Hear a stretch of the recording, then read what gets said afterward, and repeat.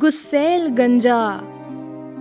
रामपुर गांव में मोटे राम नामक एक पंडित अपनी पत्नी के साथ रहता था। मोटे राम बहुत ही गुस्सैल स्वभाव का था और हमेशा सबसे लड़ता झगड़ता रहता था। मोटे राम के सर पर केवल 3 लंबे काले घुंघराले बाल थे, जिसे बांधकर ठीक ठाक चोटी बन जाती थी, जो उसके पंडिताई के काम में आंच नहीं आने देते थे।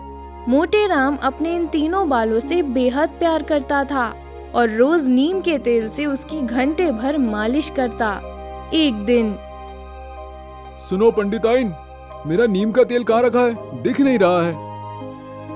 अभी मैं दाल बना रही हूँ जी, आप खुद ही उसे ढूंढ लो। मोटे राम गुस्से में बोला। हाँ, तुम एक काम करना नहीं जानती, बस जब देखो तब आप खुद कर लो करती रहती हो। जांगर चोर कहीं की। जुबान संभाल कर बात करिए, नहीं तो अच्छा नहीं होगा। हम स्त्रियों को 75 तरह के काम रहते हैं, इसलिए हम सबकी जी हुजूरी नहीं कर सकते, समझे? घर भी साफ सुथरा करो, खाना पीना भी बनाओ, कपड़ा लत्ता भी समेटो और ना जाने क्या क्या। आप पुरुषों की तरह नहीं जो केवल एक काम लेकर बैठ गए और सुबह से शाम तक उसी में लगे रहें। हाँ, तो तुम भी बन जाती पुरुष, किसने रोका था? लेकिन अच्छे कर्म हो तब ना। अगर मेरे हाथ में होता तो मैं पुरुष क्या देवता बन जाती और हर संभव कोशिश करती कि आप जैसे क्रोधी मनुष्य से कभी मेरा पाला ना पड़े। ये तो है कि तुम देवता इसलिए बनना चाहती हो क्योंकि पुरुष बनना देवता बनने से ज्यादा कठिन होता है। अब मुझे ही देख लो, पंडित कहलाने के लिए मैंने कितने पापड़ बेले, सारे शास्त्र कंठस्थ किए, पुराण पढ़े, लंबी लंबी पोथियां बांची, तब जाकर पंडित कहलाए। तुम स्त्रियों का क्या है? अगर पंडित से विवाह हो गया तो पंडिताइन, डॉक्टर से विवाह हो गया तो डॉक्टरनी तुरंत बन जाती हो। कोई पुरुषार्थ करने की भी आवश्यकता नहीं, सारी उपाधियां मुफ्त की मिल जाती है। एक दूसरे पर चुपते हुए व्यंग बाण छोड़ते हुए पंडित मोटे राम और पंडिताइन आपस में झगड़ने लगते हैं। उधर कढ़ाई पर चढ़ी हुई दाल आग और पंडिताइन की बातों से पककर तैयार हो जाता है। पंडिताइन गुस्से में दाल की कढ़ाई को पंडित मोटे राम का मुंह समझते हुए एक जोरदार तड़का मारती है, जिसमें से एक तेज आग का गोला उठता है, जिसमें झुलसकर पंडित मोटे राम का एक बाल शहीद हो जाता है।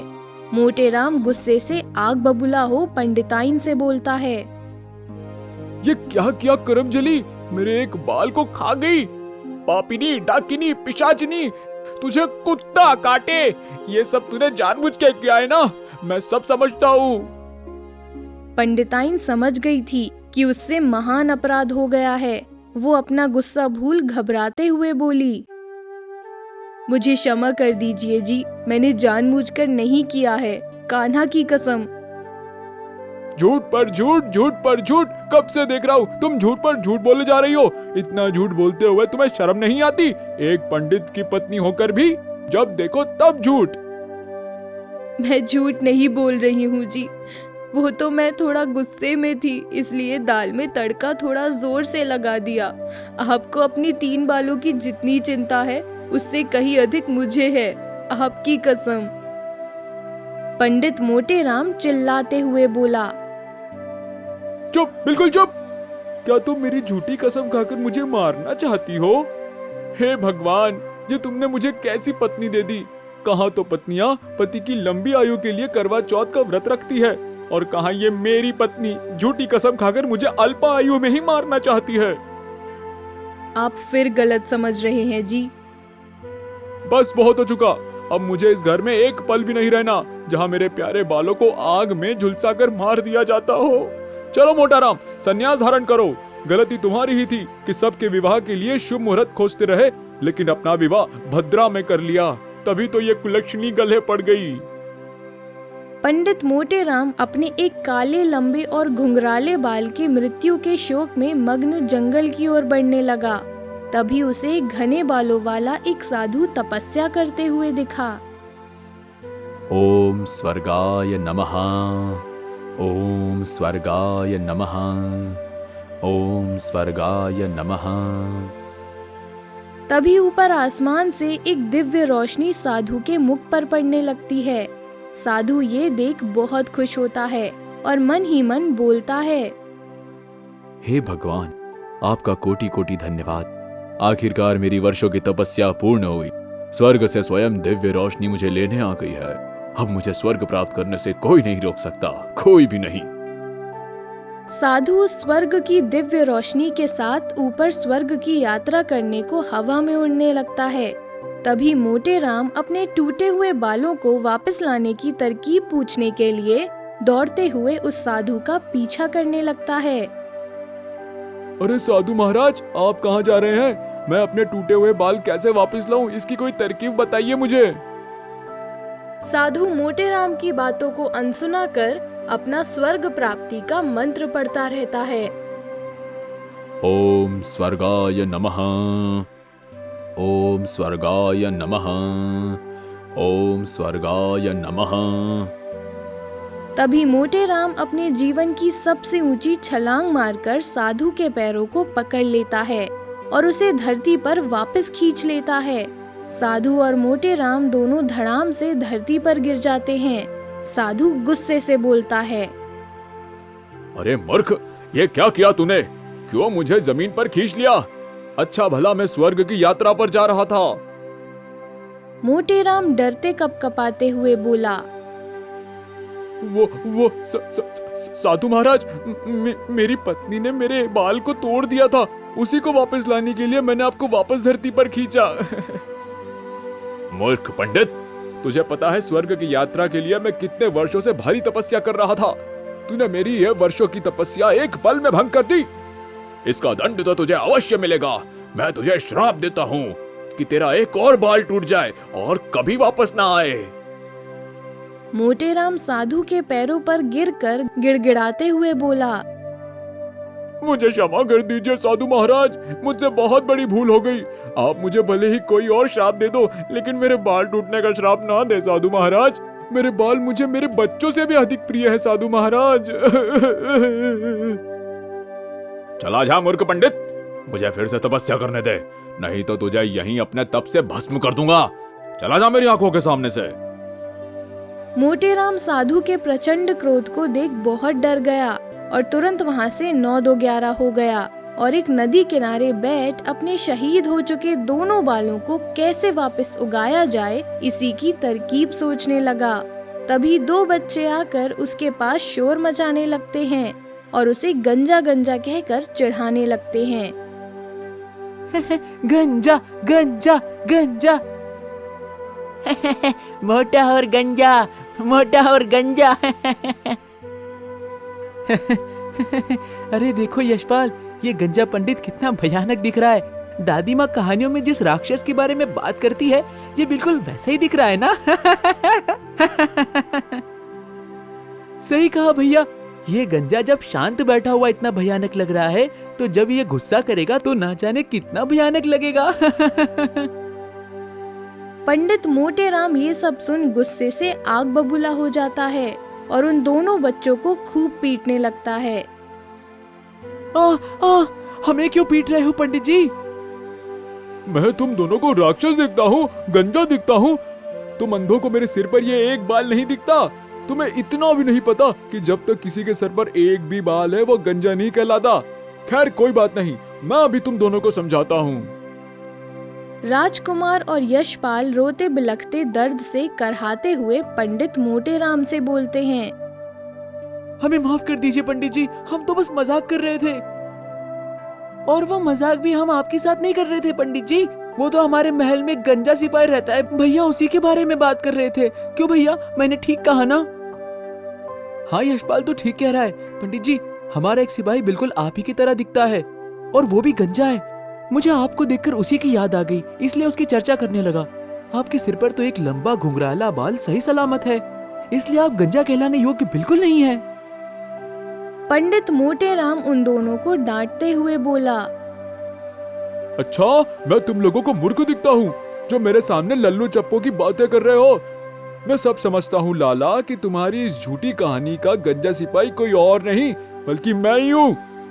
और तुम लोगों ने मुझे जो राक्षस बोला है उसके बदले अपनी राक्षसगिरी तो तुम दोनों को दिखानी ही पड़ेगी। रुको, अभी आया।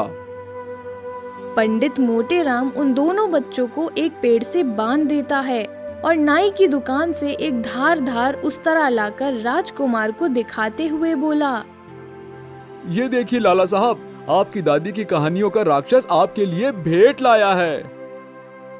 राजकुमार रोते बिलखते हुए बोलता है, मुझे क्षमा कर दीजिए पंडित जी, आइंदा से मैं कभी भी किसी को गंजा बोलकर नहीं चिढ़ाऊंगा। यहाँ तक कि जो हकीकत में गंजा होगा उसे भी घने बालों वाला इंसान ही बोलूंगा, आपकी कसम। चुप, बिल्कुल चुप। हे भगवान, न जाने क्यों सारे लोग अपनी कसम या अपने माँ बाप की कसम ना खाकर मेरी कसम खाते हैं। ना जाने क्या दुश्मनी है इन सबकी मुझसे। खैर, अब राक्षसगिरी दिखाने का वक्त आ गया है। हा हा हा हा हा। पंडित मोटेराम उन दोनों पर उस्तरा चलाकर उन दोनों बच्चों को गंजा कर देता है और जोर जोर से हंसने लगता है। देखा बच्चों, मुझे गंजा बोलने का नतीजा। अब तुम दोनों भी मेरी तरह गंजे होकर घूमोगे। पंडित मोटेराम पेड़ से बंधे उन दोनों गंजे बच्चों को आजाद कर देता है और हंसी खुशी वहां से चला जाता है। वो दोनों बच्चे भी रोते बिलखते अपने पिता के पास पहुंचते हैं और अपनी आप बीती सुनाते हैं।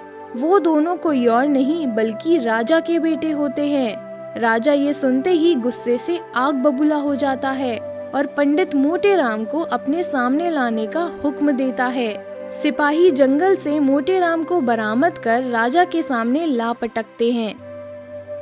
हाँ? तो तू है वो गुस्सैल पंडित जिसने मेरे बेटों को गंजा करने का दुस्साहस किया है?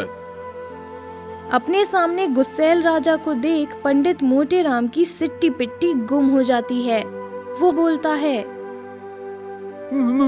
महाराज, वो जल्दी बोल मूर्ख, तेरी हिम्मत कैसे हुई मेरे बेटों को गंजा करने की?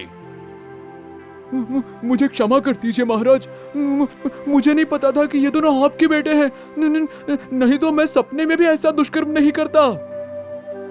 छठे शाट्यम समाचरेत, अर्थात दुष्ट के साथ दुष्टता का व्यवहार ही करना चाहिए। इसलिए दुष्ट पंडित, तेरे इस महान दुष्कर्म का दंड तो तुझे अवश्य मिलेगा। सिपाहियों, इस गुस्सैल गंजे को इसके घर के चौराहे के बीच में खड़ा कर इसके सिर पर सवार इस आखिरी बाल को भी उस तरह से काट दो। पंडित मोटेराम ये सुनते ही जोर जोर पछाड़े मारकर रोने लगता है। अरे नहीं महाराज, ऐसा मत कीजिए। यही तो एक आखिरी बाल है जो मेरी सुंदरता पर चार चांद लगाए हुए हैं। इसके जाते ही मैं लुट जाऊंगा, बर्बाद हो जाऊंगा। ऐसा अधर्म मत कीजिए हुजूर। राजा उसकी एक नहीं सुनता और अपने फैसले पर कायम रहता है। पंडित मोटेराम को उसके घर के बाहर वाले चौराहे पर पूरी तरह से गंजा करने के लिए खड़ा कर दिया जाता है। आस पड़ोस के सारे लोग उसे देख जोर जोर से ठहाके लगाने लगते हैं। मोटेराम की पत्नी पंडिताइन रोते हुए बोलती है, ये सब कैसे हुआ जी? हे भगवान, अब गंजे पति के साथ मेरा गुजारा कैसे होगा? अब लोग मुझे पंडिताइन की जगह गंजे की पत्नी कहकर चिढ़ाएंगे। पंडिताइन, तुमने दाल में कैसा तड़का मारा कि मेरे तीनों बच्चे शहीद हो गए? ये सब आपके गुस्से का फल है जी। ना आप इतना गुस्सा करते, ना ये सब कुछ होता। इसलिए कहा गया है कि गुस्सा कभी नहीं करना चाहिए, क्योंकि 2 पल के गुस्से की चिंगारी सारे जीवन को भस्म कर डालती है, या फिर सारे बाल को। राजा के सिपाही पंडित मोटेराम के सर के आखिरी बाल भी छील देते हैं। मोटेराम हताश निराश अपने घर आता है और देखता है कि उसके तकिए के नीचे ही वो नीम का तेल दबा हुआ है, जिसके कारण उसके तीनों बाल बच्चे शहीद हो गए थे। वो रोते हुए वो नीम का तेल अपने गंजे सर पर मलने लगता है और पास में खड़ी पंडिताइन मुस्कुराते हुए सब देख रही होती है।